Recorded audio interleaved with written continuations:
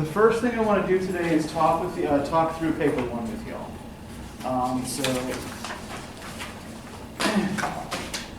Grab the handouts. We'll go over this briefly together, and y'all can ask me any questions that you have about the assignment, right? So this is going to be a 1,000 to 1,500 word argument based on a close reading of a single text. Those of you who've had classes with me before pretty much know the drill here, right? This is basically the same, like, I think, yeah, Nick and Bree, this is the same midterm paper you've written for me before. The rules really aren't much different. So you're going to be providing an interpretation of your chosen text, but it has to be a focused interpretation that relates to a single important theme or idea. You're going to complete the assignment in 2 stages. The first is going to be a 250-word proposal. The second will be the complete paper. And if you turn to the next to last page, the due dates are on here. So the proposal is going to be due on Monday the 22nd. The paper itself will be due on Monday the 1st of March. Now, there may be a slight complication here. I just got called up for jury duty, and it just so happens that the day I have to report is February 22nd. So I should still be able, like, when I get home from the courthouse to, go over your proposals. But in case anything weird happens, I'll just, dates might have to be adjusted. But for now, I'll try to be ready for the 22nd for that. I figure if I just, act like I'm soft on crime, they'll let me go home. All right, so the purpose of this is to develop an original interpretation of course text and to construct a sustained argument supporting your interpretation with evidence, right? Because that's what we do when we're writing a paper. Okay. So I'm guessing that by now pretty much all of you know how to write a literary argument paper by now. You've done this before. So what I'm going to do is I'm just going to give you a few minutes to look this over and ask me any questions if you have them, right? If there's anything in the instructions that that is unclear to you, or you'd like clarification on.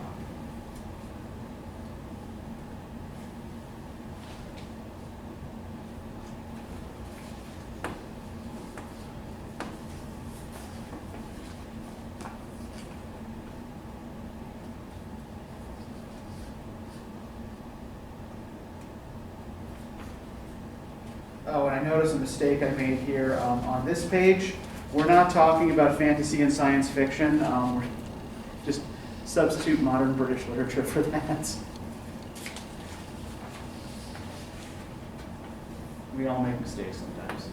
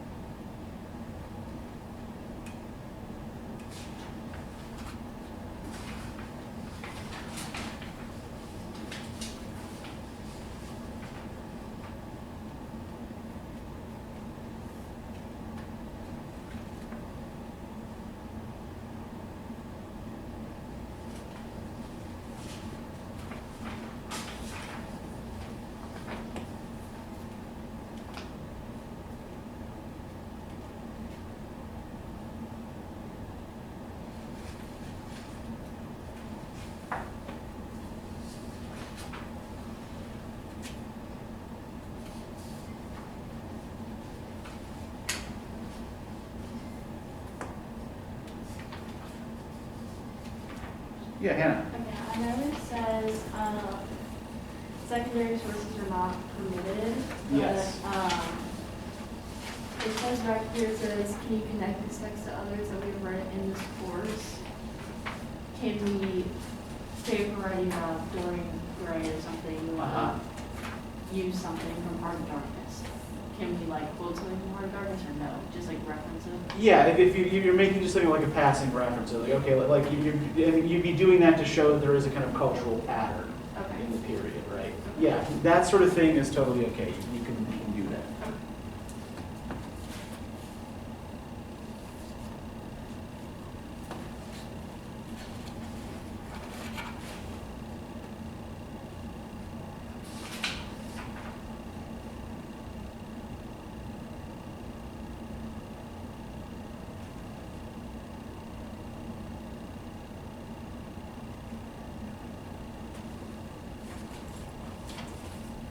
grading standards are explained on the last page.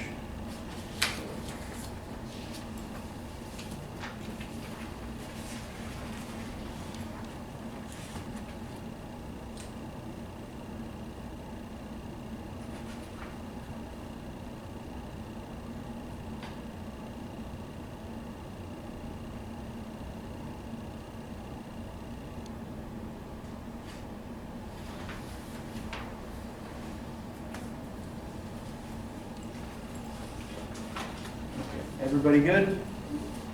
Everybody got it? Anybody have any more questions? Okay, so I am giving this to you now because we are sort of slowly creeping up on midterm here. So I just want you to have plenty of time to get these things done. Also, as we go over the stuff from the vocab quizzes, it's probably a good idea for you to start like taking these and making flashcards. To help you prep for the exam. Right? The exam is still a couple weeks off, but it never hurts to start preparing and reinforcing stuff early, right? Okay, so for next time, you're going to be reading about the first 40 pages of Dubliners by James Joyce. It's going to be the first 4 stories, right? And all of these stories are like the first couple, like the collections are arranged into sets. And the first set of stories is focused on childhood and adolescence. All right, so let's just quickly go over the vocab stuff from last time, and then we'll get into Mina Loy. All right, Irish Literary Revival, what was that? Point in time in Ireland where they were trying to create a cultural nationalism among Ireland. So. Irish myth lore, Irish culture being pervasive in literature. Okay, yeah, it's by and large, yeah, it's an attempt to create a distinctively Irish literature in English, right, around the end of the 19th, beginning of the 20th centuries, right? All right, good. What about the intended? Who or what was the intended? The woman that Kurt was supposed to marry in Behind Darkness by Joseph Conrad. She was mostly described in terms of parts. She was very white, pale, ghostly. You really only saw her head. The rest was black, mourner's clothing. Yep. We kind of related it back to the craniology idea with the sloping forehead because it focused a lot on that. Yep. All right, good. Changeling. What's a changeling? A human baby that was swapped for a sick fairy baby. Yes. And we can relate this to a specific Yeats poem, right? Stolen Child. Yep, Stolen Child. Good. All right. What was the Rhymers Club? It was a club that existed between 1890 and 1904. We related it to Yeats. They met at the Old Cheshire Cheese on Fleet Street. They published 2 volumes in 2 different years. They had a lot of French symbolist influence, related it back to symbolism with Yeats. Yeah, and that's the really important part there is the symbolist decadent influence, right? And the way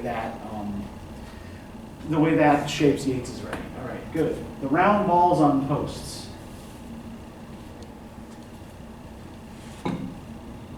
The heads of dead natives in Africa. Yep.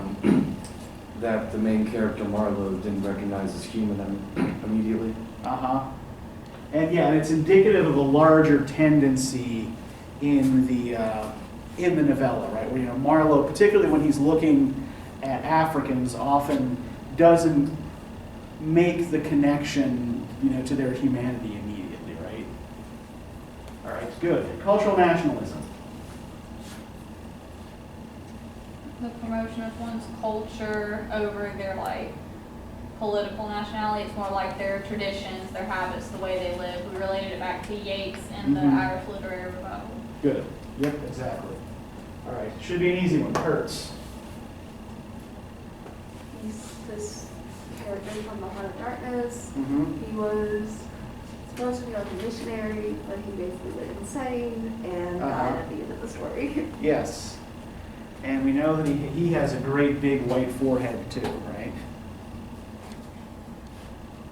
In a really good order. What's that? In a really good order. Yes, he's described mostly as a voice, right? In fact, there's not much left of him but a voice by the time Marlowe gets to him. Sepulchral. It means two, and Mm-hmm. Marlowe refers European cities as like a white. How do you say that? Yeah, right. Yeah, Brussels is the white sepulchral city, right? Yeah, the city is like a tomb. All right, symbolism. In the specific, kind of like French-derived definition. We read about it in Yeats's essay. Mhm. He felt that it was meant to evoke an emotion as well as an idea, not just represent something. You're supposed to feel something from a symbol. Yeah, exactly. Right. Yeah, it's a symbol. Yeah, it's like essentially a color and image combined to evoke a particular feeling or idea. Right. Good. All right. And finally, the Russian.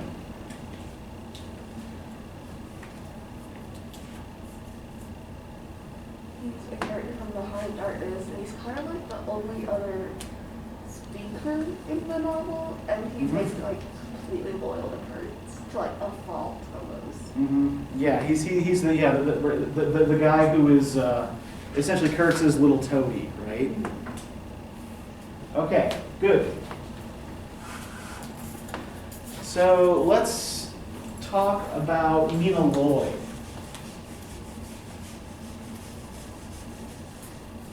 So, what'd y'all think about what you read for today? Agreed. The first one. Okay. So the songs to Joannes were just like completely baffling. I thought I knew where it was going, and then I'd read more, and I wouldn't know where it was going, and then I'd think I knew where it was going, and then Okay. I'd get lost again. I have like an idea of Pardon? what. Does that have like an idea of what? Okay. Well, what's the idea that y'all have formed about what's going on in this set of poems? It's talking about life and love. Okay. I like a strong sense of like feminism.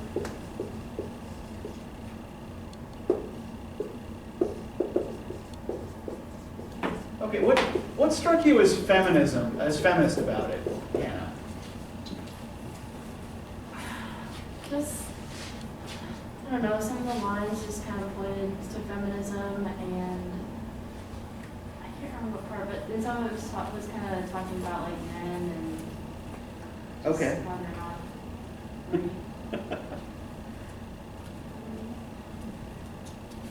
Yeah, I don't know. Okay.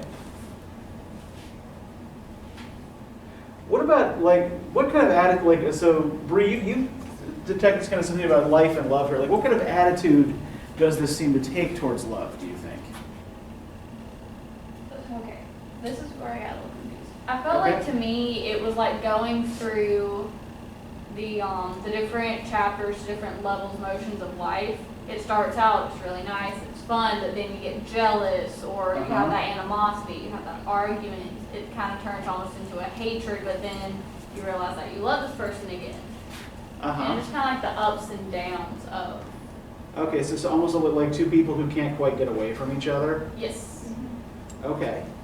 So one thing I'm going to mention is regards that, right? So when this poem was originally to be published, the way Loy wanted it laid out on the page was kind of full of large blank spaces between words and between, even like between pages of the poem, right? She wanted to emphasize gaps. And so we do see some like surprisingly large gaps between words here, right? Even the way it is laid out. I believe that her publisher told her that the way she wanted it to look would be wasteful and expensive, especially for a publication that wasn't really expected to sell a lot. But yeah, one thing that we do want to try to pay attention to when we're looking at this is gaps. Gaps in the story it tells, gaps between the individuals that the poem describes, and also the idea of a gap, like a kind of blank space, as unrealized potential.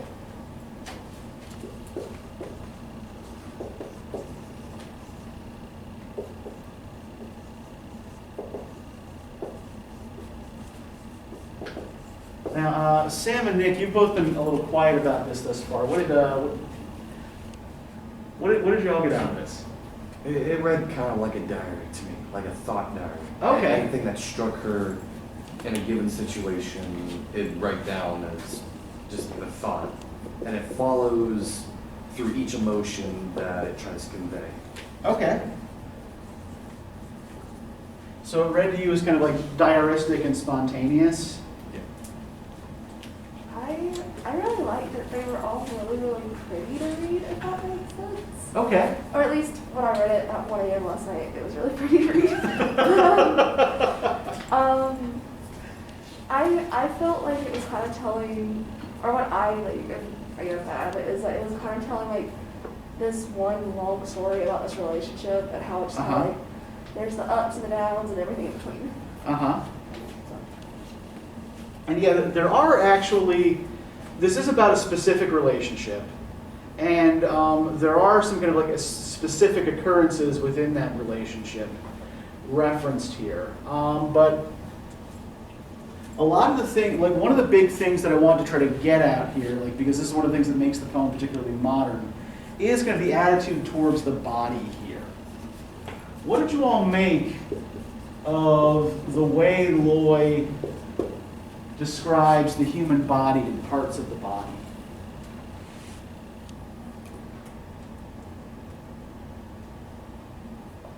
Even if like we just look here at the first stanza on page 53 here, right? Can I get somebody to read starting with Spawn of Fantasies? Spawn of Fantasies. Silting the appraisable pig Cupid, his rosy snout, rooting erotic garbage, once upon a time, pulls a weed, white star-topped, among wild oats, sown in mucous membrane. Okay, we'll stop here, right?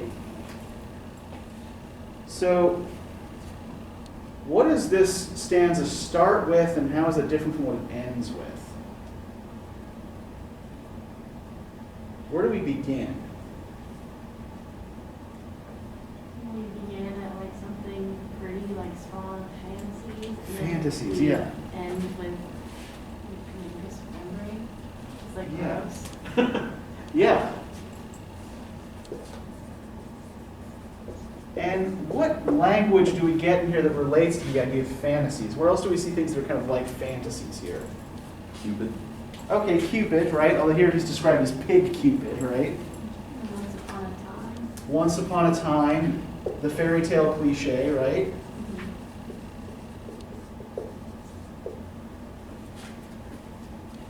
And then even what follows there, right? Among wild oats sown, right? What does it mean to sow your wild oats?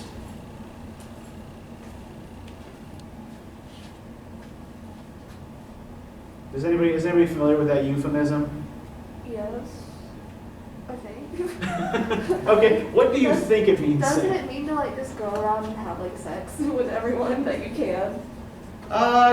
Yeah, pretty much. Yeah, it's about like essentially going and having a kind of indiscriminate good time while you're young, right? Before you have to settle down. But yeah, it's generally speaking a euphemism, right? A polite way of saying something that we don't typically like to talk about. And all of these fantasies, right? All of these kind of like pleasant illusions and euphemisms end in a physical reality, right? They end in like the actuality of the body.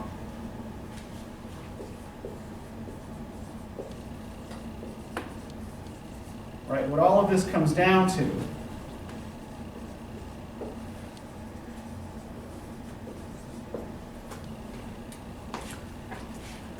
is the mucous membrane in the vagina, right?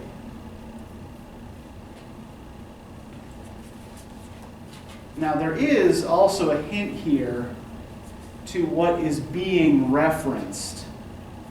When we see pig Cupid, his rosy snout, rooting erotic garbage once upon a time, pulls a weed, white star-topped, among wild oats sown in mucous membrane.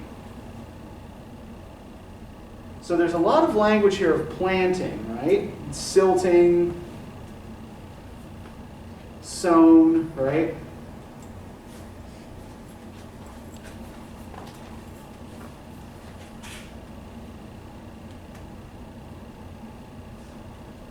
What might this pulling of a weed refer to? This is actually kind of key to the whole poem. Kicking someone out of the lot. It's not that. Is it intercourse? Think about what a weed is in relation to flowers, right? Or in relation to, like, you know, like what is a weed in your garden? It's unwanted. Yeah, a weed is an unwanted plant, right? So what we have here is an unwanted planting, right? And what happens to that unwanted planting?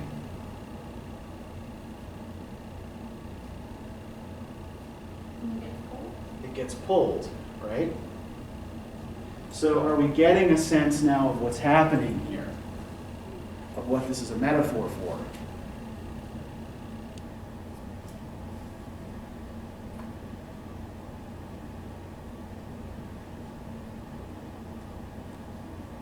So yeah, she is talking about intercourse, right?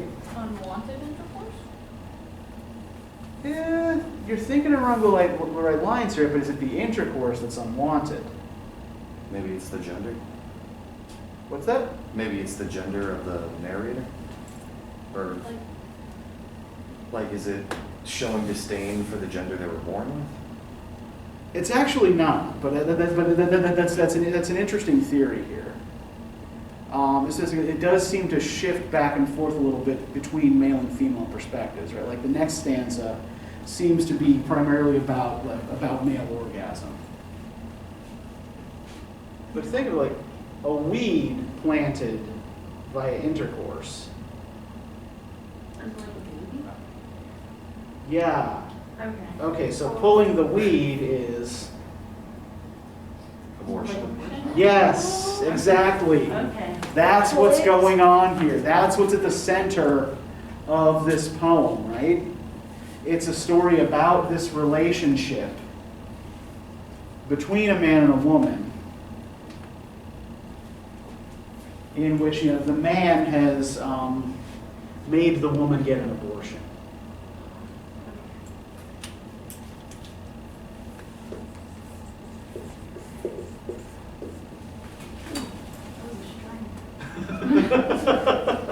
Yeah, but you got there, right? You got there. It took, you know, it took a little bit of doing, a little bit of putting you on the right road, but you made it. So the Joannes of the poem is a real person, right? So Joannes is an Italian writer by the name of Giovanni Papini, with whom Loy had a relationship while married to someone else in 1914, 1915. She and her first husband had a kind of open marriage arrangement while they were living in Italy. But Papini and Loy as well was associated with an Italian art movement called Futurism. And Futurism had a particular disdain for the human fleshly body, and in particular for the womb as, you know, a thing that's necessary for producing more human life, right?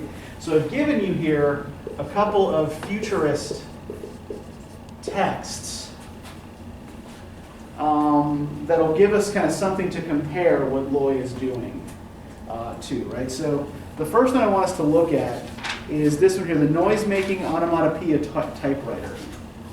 It's a poem by Giacomo Balla. And we don't really have enough people to get the full effect here. But what I want each of you to do, right, I'm going to assign each of you a line, and when I tell you, just start reading that line until I tell you to stop, right? So Hannah, you'll read the first line.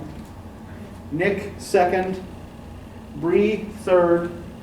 Sam fourth, and I'll read the fifth. Okay? So 1, 2, 3. Mianu, mianayu, mianayu, mianayu, mianayu, mianayu, mianayu, mianayu. All right, we can stop now, right? So what this is supposed to do, right? This is supposed to be kind of like mimicking the kind of noise made by an electric typewriter. Using simply onomatopoeic sounds, right?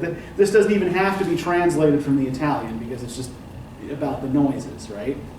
And what this tells us about futurism, right? I mean, about futurist fixations, is that they are very much interested in this kind of fusion of the human and the machine, right?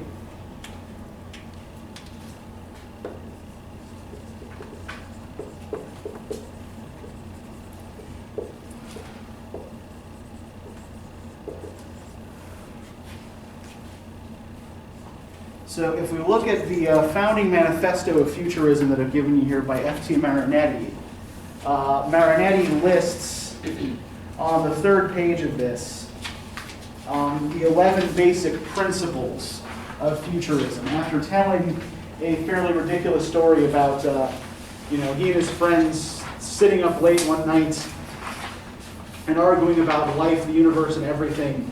And then, he gets fed up and shouts, to hell with it, let's run to our cars. And they go and they race off into the night and drive into a ditch. But it's amazing because it's an experience which they're already born as machine gods or something like that, right? It always makes me think a little I remember years ago, I was outside of Red Robin with some of my friends, and these 3 kids came running up with skateboards. And they started doing this weird air guitar thing with the skateboards. And then the guy who I guess was their leader shouted, "And now we ride!" And they all threw their skateboards down. But the skateboard, I guess they were intending to jump onto the skateboards and ride off dramatically. But they all landed wheels up. So they all just kind of, bowed their heads and slunk away. Marinetti's little story at the beginning of this kind of reminds me of that. This kind of slightly embarrassing thing you think is going to look really cool when you're in middle school. But, doesn't work out quite the way you wanted it to. But yeah, let's look at the principles here, this manifesto. Can I get a volunteer to read for us, starting with principle number 1 here? We intend to sing of the love of danger, the habit of energy and fearlessness. Courage, boldness, and rebelliousness will be the essential elements of our poetry. Up to now, literature has exalted contemplative stillness, ecstasy, and sleep. We intend to exalt movement and aggression, feverish insomnia, the racer's stride, the mortal leap, the slap, and the punch. We affirm that the beauty of the world has been enriched by a new form of beauty, the beauty of speed. A racing car with a hood that glistens with large pipes resembling a serpent with explosive breath. A roaring automobile that seems to ride on grapeshot. That is more beautiful than the victory of Samothrace. We intend to hem man at the steering wheel, the ideal axis of which intersects the earth, itself hurled ahead in its own race along the path of its orbit. Henceforth, poets must do their utmost with ardor, splendor, and generosity to increase the enthusiastic fervor of the primordial elements. There is no beauty that does not consist of struggle. No work that lacks an aggressive character can be considered a masterpiece. Poetry must be conceived as a violent assault launched against unknown forces to reduce them to submission under man. We stand on the last promontory of the centuries. Why should we look back over our shoulders when we intend to breach the mysterious doors of the impossible? Time and space died yesterday. We already live in the absolute, for we have already created philosophy which is eternal and omnipresent. We intend to glorify war, the only hygiene of the world. Militarism, patriotism, the destructive gesture of anarchists. Beautiful ideas worth dying for, and content for women. We intend to destroy museums, libraries, academies of every sort, and to fight against moralism, feminism, and every utilitarian or opportunistic cowardice.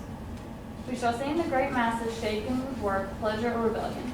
We shall sing the multicolored and polyphonic tidal waves of revolution in the modern metropolis.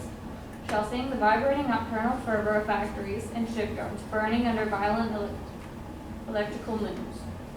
Floated railroad stations that devour smoking serpents, factories hanging from the sky by twisting threads of spiraling smoke, bridges like gigantic gymnasts who span rivers,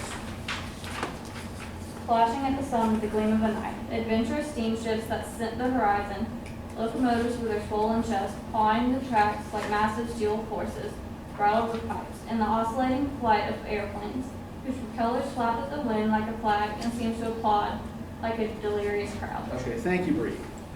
So, what can we pick out from this manifesto about futurist principles? What do you think the futurists care about based on this? What are they interested in? Jumping off a cliff. Okay, yeah. Without looking, right? Don't care. Don't care. Jump. Okay. Doesn't matter what happens. Uh-huh. It's all gonna end anyway. All right. What else? What else can you all pull out of this?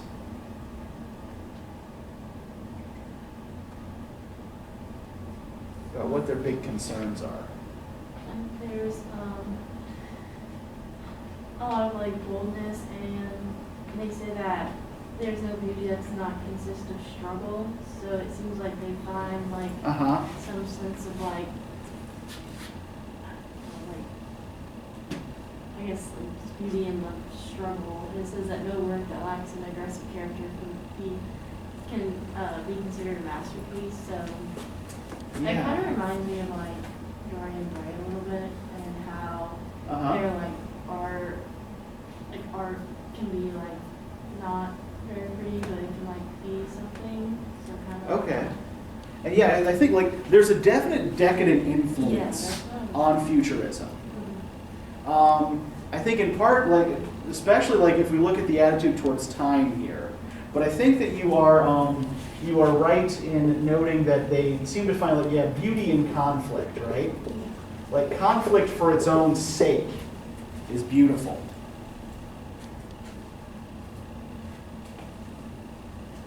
And what does their basic attitude towards time seem to be? It's fake. Yeah. Time is an illusion, right? Time doesn't matter. We've destroyed time. So what should we do with history? Forget it. Yeah, forget it. Smash it, right? No more museums. No more libraries. No more Burn it universities. all. Burn it all down, yeah. So yeah, they are anti-history. It's like we're about to fight aliens or something. What's that? It feels like we're about to fight aliens or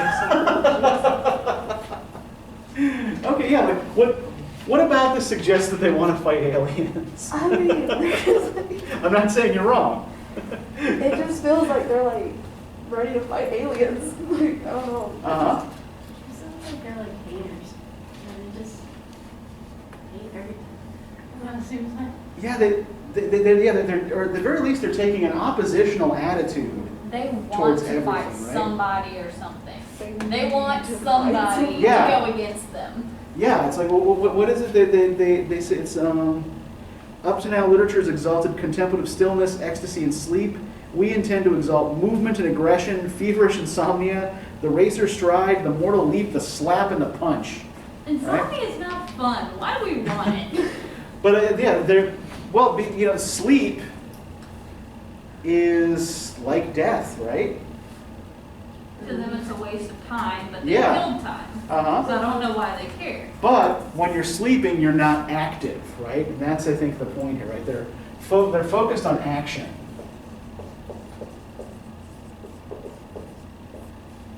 They're a bunch of anarchists. Yeah, which, the funny thing is, actually, like, a lot of these guys actually end up in authoritarian politics. Marinetti, in particular, who wrote this manifesto, and Papini, who was Loy's lover just before the First World War, both end up as big supporters of Benito Mussolini. Oh. And I think, we can see this tending in that direction as well, right? Particularly with, the glorification of war, right? And the kind of outright misogyny of this as well. There's a contempt for women. Now, futurist contempt for women largely came from their kind of like annoyance that women were necessary for creating more human life. That you couldn't just like build a kid with a wrench.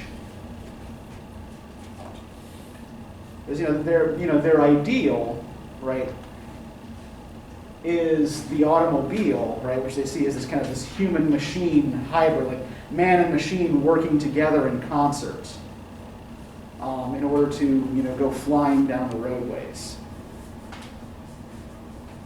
And so they tend to be contemptuous of women because they are contemptuous of the human body. And they tend to associate women with the body.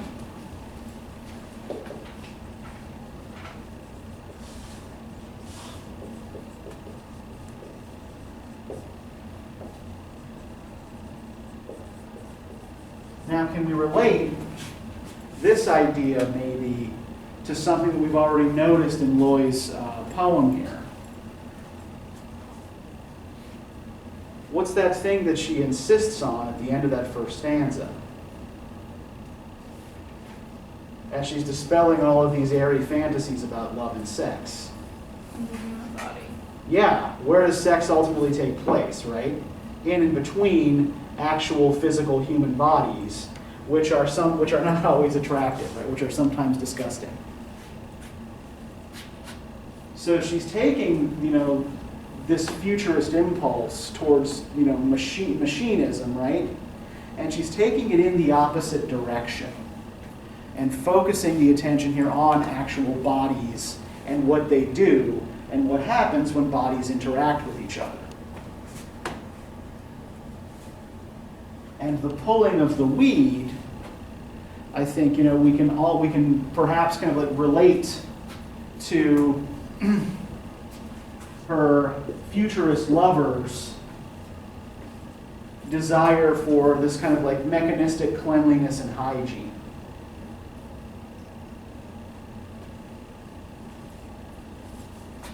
Now, I've given you a bunch of handouts here. And this is largely because Loy was much more clued in generally to the European avant-garde than most British writers at the time were. Some of this was just kind of like a matter of heritage. Her birth name is not Mina Loy, it's Mina Gertrude Levy. She was a Hungarian Jew, or her father was a Hungarian Jew. She's born and raised in England. And she wrote and published mostly in Europe and the United States, right? In fact, I'm pretty sure that none of her work was ever actually published in her native England. But that makes her actually kind of a good way to introduce some of these broader European currents in the years leading up to the First World War into this class, right? So Futurism is a phenomenon primarily of the years between 1909 and 1914. The First World War largely puts an end to futurism, right? Once all these dreams of war as the ultimate hygiene start to come true, and an actual war being fought by machines or fought with machines, suddenly, some of Marinetti's predictions start to look a little bit, shall we say, gauche, right? In very poor taste. And so futurism is supplanted by two other movements. The first, and for my money, more interesting, is called Dada. Usually spelled with all capital letters like this. Are any of you familiar with Dada? Have any of you ever heard of this? I feel like I should say yes, but I'm going to say no. Okay, and Dada is another short-lived movement. This is something that's happening mostly among war refugees right? In Zurich, in Switzerland, and in New York City. So I have here an example of Zurich Dada for you. This poem by Hugo Ball, Gaji Berry Bimba. So I just want you to take a quick look at this poem and see if you can figure out see if you can guess what language it's in.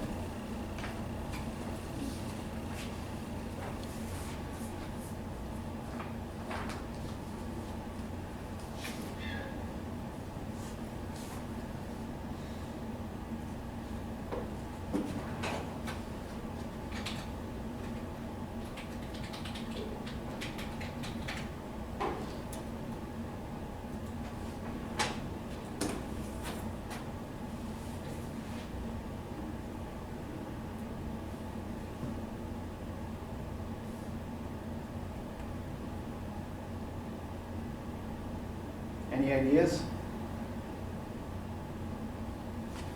The sacred language of the dove.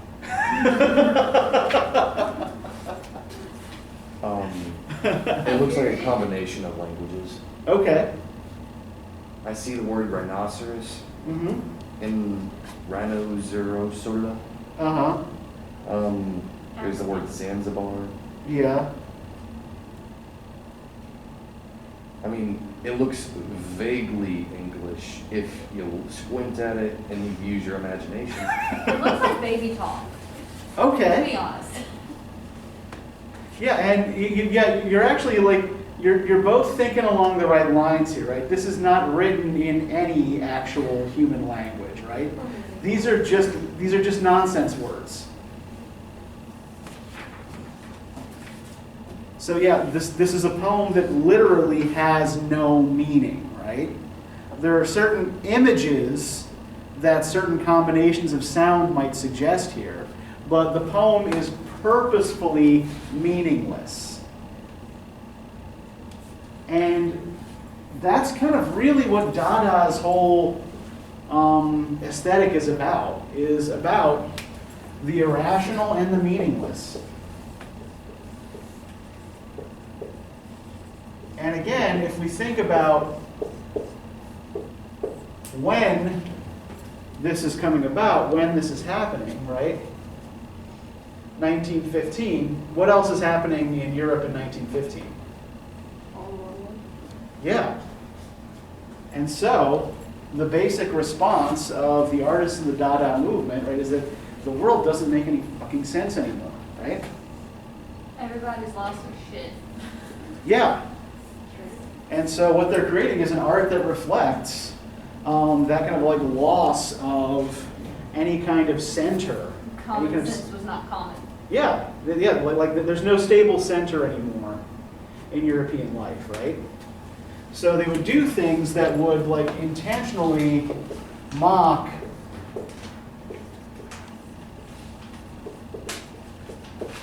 the pretensions of professional bourgeois artists.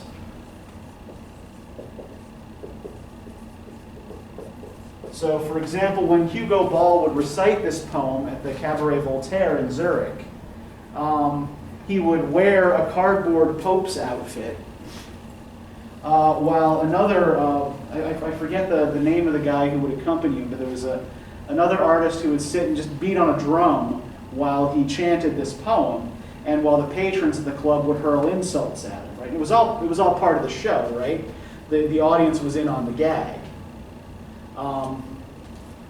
But yeah, the whole idea is that the practice of making art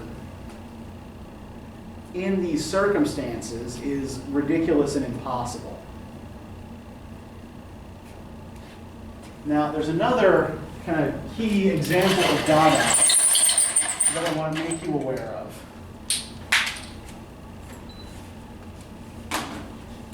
And if you've ever heard of Dada before, this is probably the stunt or the prank that you are aware of. And like, it's probably more accurate to refer to a lot of Dada pieces as pranks rather than as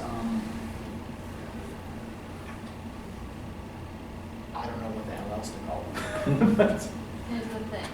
yeah. So this is a piece that is now in the Tate Gallery in London. It is called Fountain, produced by one R. Mutt in 1917. What is it? It's a urinal that just shoots it back at you. Yeah, well, it's not intended to just shoot it back at you. That's what it looks It's just a urinal. It's just a urinal. But yeah, there is a story behind this, right?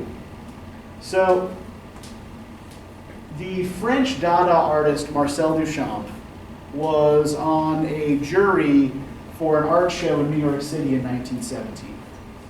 One of the pieces that was submitted was this urinal, signed R. Mutt and dated.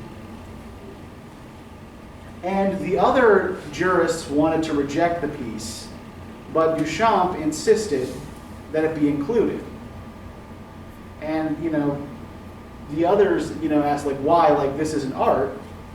And Duchamp said, well, it's art if we say it's art, right?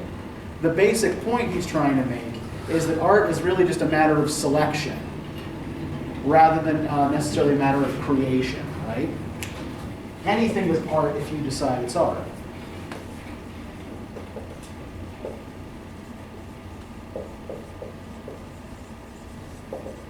Now, R. Mutt also happened to be Marcel Duchamp. And he submitted this piece specifically to get one over on the other people on the jury, right? So yeah, so this piece was Duchamp playing a prank on the other jurists. Yeah, Bree. I have a question about it. Uh-huh. What's the purpose of the spout coming out in front of it? I think that probably just connects to a pipe. Okay. I mean, I don't know, I'm not a plumber. I'm really only qualified to talk about this as a sculpture and as something that is a part of art history. Misleading. Yeah. Because you know it's supposed to be a prank piece. Uh-huh. So it's misleading. Yeah. Just have to get behind this. I mean, I like it. I mean, I'm Mhm. with Sam on this one. It works. Yeah, I mean, personally, like I love Dada, Yeah. but you can also kind of see why it peters out in about 5 years, right? Because you can only sustain. jokes. Yeah, exactly. There It's comes. only funny for so long. Yeah, I mean, it's like my big complaint about Saturday Night Live, for example, has always been that they don't know when to kill a joke, right? They'll just let it keep going and going and going until it's not funny anymore. Dada at least kind of knew when to throw in the towel. So these are the kind of broader influences that are working on Loy, or that Loy is working within, in a poem like Song of Joannes, right? So the other thing that we're getting here, and it may not have been entirely clear to you, but Pig Cupid is also a reference to myth. So she's using myth in much the same way that other modern artists are, as the basis for a story about contemporary love and contemporary social problems and issues. Are any of you familiar with the story of Cupid and Psyche? Yes. Oh, good. What can you tell me about Cupid and Psyche? Okay. So she was mortal, Uh-huh. and so Cupid is the son of Aphrodite. Yes. And so the mortal said that Psyche was more beautiful than Aphrodite, and Aphrodite got pissed. So she was like, Cupid, go kill this girl because I hate her. Uh-huh. And then Cupid falls in love with her. He's like, I'm gonna kidnap her. Scratches himself with the arrow. Yeah. Mhm. And he's like, I'm a kidnapper. So he brings her to like his palace. And he's like, you can't see me. You cannot look at me. We will only be together at night. Never see me. And she's like, Okay, cool. And then she lets her doubt get the best of her, and she lights a candle, and she looks at her husband. She flips out, burns Cupid, and then he's like, well, now we can't be together, so bye. And she has to go on like these 3 quests, or I don't remember how many, set by Aphrodite so she can be with Cupid again. Yeah. That's it. So that is actually the like that kind of substratum of myth is underlying this whole poem, right? So in some ways, like this story, which by the way comes from a book by the late Latin author Apuleius called The Golden Ass.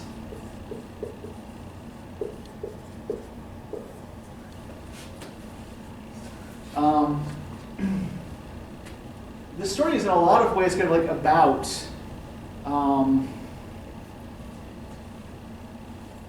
separation and blindness, right?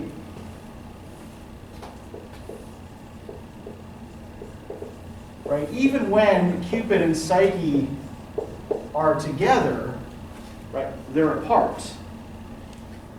Because Psyche is not allowed to look upon him, right? She's not allowed to learn his true identity. So the male lover is keeping his kind of his ego self like protected from the relationship with the female lover, right? Now, the word psyche in Greek also means 2 things. It means butterfly, and it also means soul. And at the end of the myth, when Cupid and Psyche are reconciled, they have a daughter named Joy. Also, like, she gets butterfly wings for some reason. Like, Psyche gets butterfly wings. Well, yeah, because Psyche means butterfly. Yeah. I just remember reading that and be like, that's so random that she just gets butterfly wings. Okay. It is a little strange, yeah. But yeah, our first reference to the myth is in that first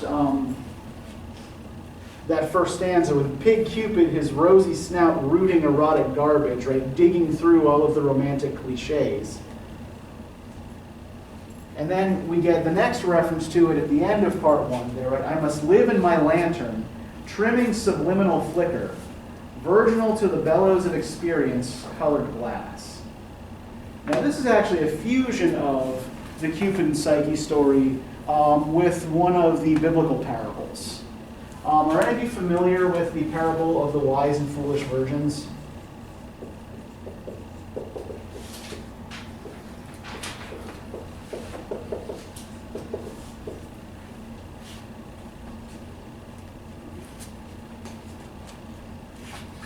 I will take your silence to be no.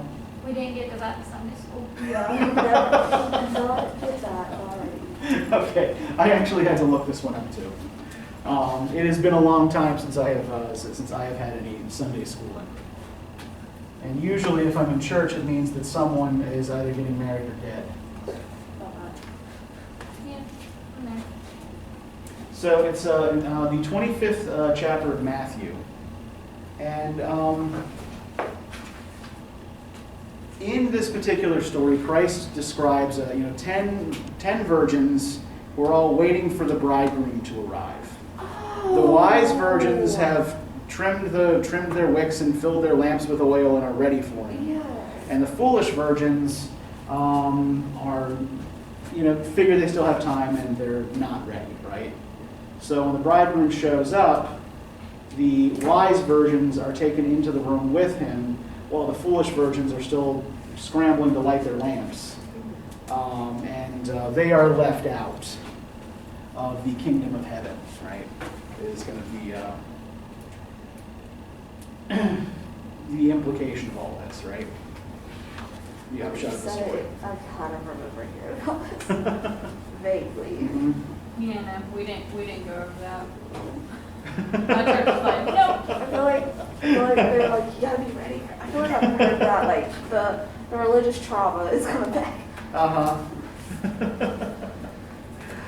So I must live in my lantern, trimming subliminal flicker, version to the bellows of experience, colored glass. So this is like references kind of like that, like trying, be prepared and, waiting for the bridegroom to show up, right?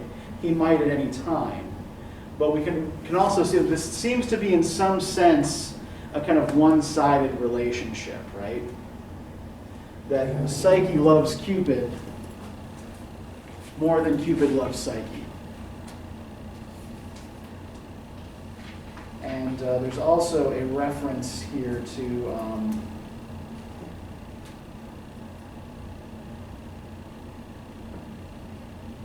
where is that? Okay, so if we look on page 61, right, there's a reference here to the daughter that might have been, right? Let joy go solace winged, to flutter whom she may concern.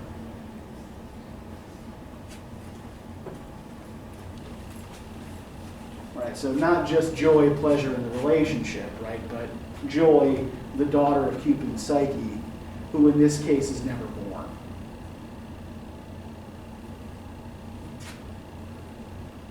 So I want to see if I can relate some of this stuff to the other thing I asked you to read for today, the Feminist Manifesto that Loy wrote in 1914 but didn't publish.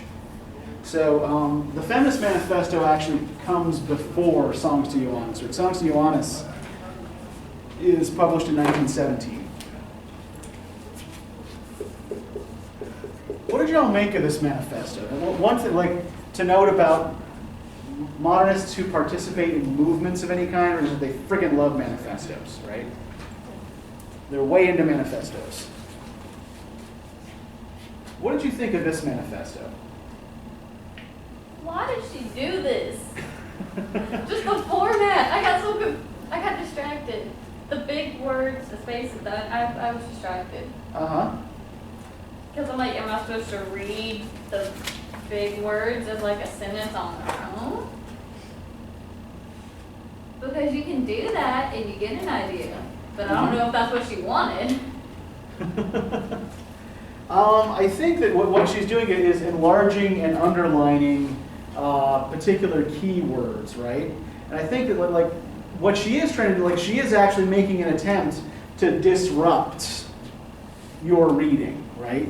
I think that the fact that she uses the word, that she capitalizes and underlines the word wrench, for example, right? She's trying to wrench you out of just kind of complacent, passive reading, right? And force you to pay a little bit closer attention. Now, whether I think that's a good strategy or not, or whether that is, this is the kind of thing that modernists of a certain ilk like to do, right? So yeah, the style is part of the substance of the argument here. But no, I don't think it's not that she's making a separate sentences out of the big words. I mean, it goes with it. Yeah. It goes with it. I mean, I don't know.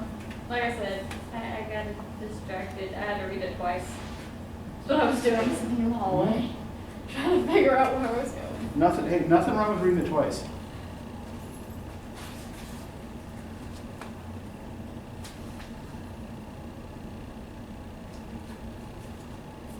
He's basically, I tell me that she would basically say everything that makes a woman, I guess that's the right term. Okay. Women have to give up. Or they have to reject it kind of to be accepted in society, or if they want to be equal. Okay. Or at least that's what 1 a.m. is going to look at. Does she seem to think equality is the actual goal here? No. What were you just had? You had your hand up. What were you going to say?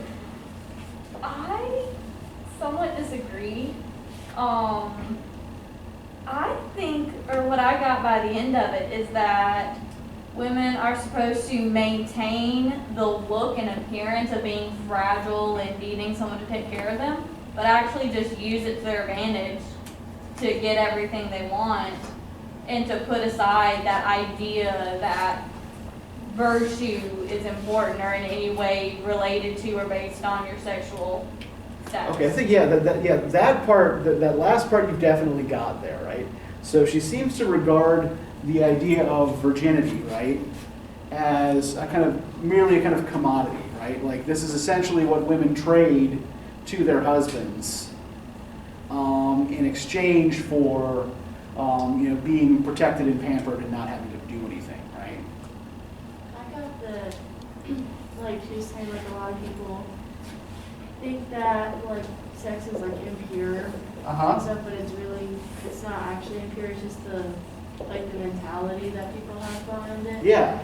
And that, like, it shouldn't be, like, viewed as that. And I think like we can also kind of relate this to the way she talks about motherhood and procreation, right? That motherhood is something she argues every woman has a right to. And she's like, the procreation and pleasure in sex are meant to be kind of linked together.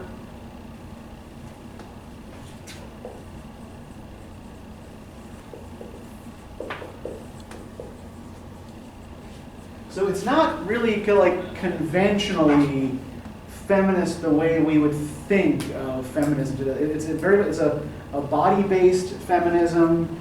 It is it's based in maternity, right? And the idea of the womb is a kind of space of potential, right? Which is one of the things that is distressing to the speaker in the songs of Joannes, right? Is kind of like there are descriptions of the blank or the empty space, right? The empty womb, basically. That right to motherhood having been taken away. Although by the time Loy writes this poem, she's already had 3 children. But I think it might also help if we think about this in terms of like that late Victorian, early 20th century discourse of sexuality that we talked about with Candida, right? Does anybody remember what those 2 categories we talked about were when we discussed Candida? The angel of the house and the new woman. Yeah, the angel in the house and the new woman, right?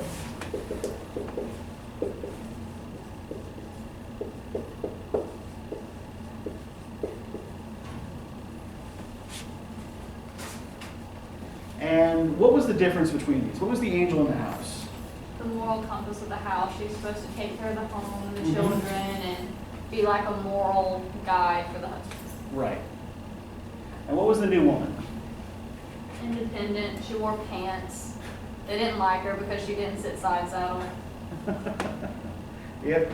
She had a personality. And was independent. Wears pants, rides a bike, smokes cigars, drinks whiskey, works independently, right?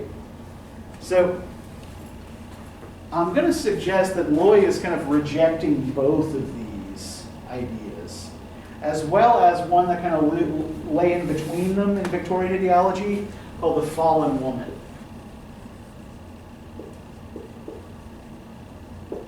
Now, I know those of you who took Brit Lit 2 with me, which is half of you, probably are getting vague memories of what the fallen woman was. I know the term. I know I've heard it. In terms of Victorian ideals, Yes. it was a middle-class woman who didn't follow respectability standards. Mm-hmm. She had sex outside of marriage. Yep. She was disbarred by her family and had to live on her own. And yes, so yeah, essentially a fallen woman is a middle-class woman who committed some sort of sexual impropriety, right, and is thus shunned. Yes, very good, Nick. Thank you. So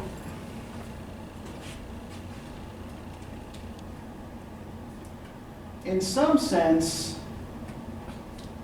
all of these categories are about a woman's relationship to a man or to men, right? The angel in the house takes care of a man. The fallen woman has lost her status because she slept with the wrong man. And the new woman adopts the habits and dress of a man, right? So what Loy is encouraging in this Feminist Manifesto is the rejection of all of these, right? That, and not solely on the basis that a woman can't be that she doesn't think a woman can be a woman while thinking of herself solely in relation to men, but also because this seems to be bad for men. So if you look on page 153, right? The man who lives a life in which his activities conform to a social code which is a protectorate of the feminine element is no longer masculine, right? So somebody like James Morrell, whose wife is also his mommy, right, is thus kind of feminized by that relationship and is weakened by it. Likewise, right, a woman who accepts that the only possible relationships that she can form with a man are parasitism, prostitution, or negation, is also not genuinely feminine, right?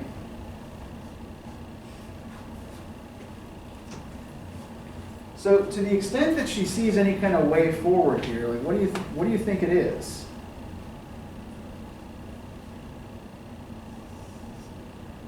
And is there anything in this essay that you find maybe a little bit creepy or troubling? She kind of gives the idea that women should just forget everything that they've ever been taught about sex is bad or it's not pure or whatever, and just she says that they need to retain her deceptive fragility of appearance combined with an indomitable will and courage.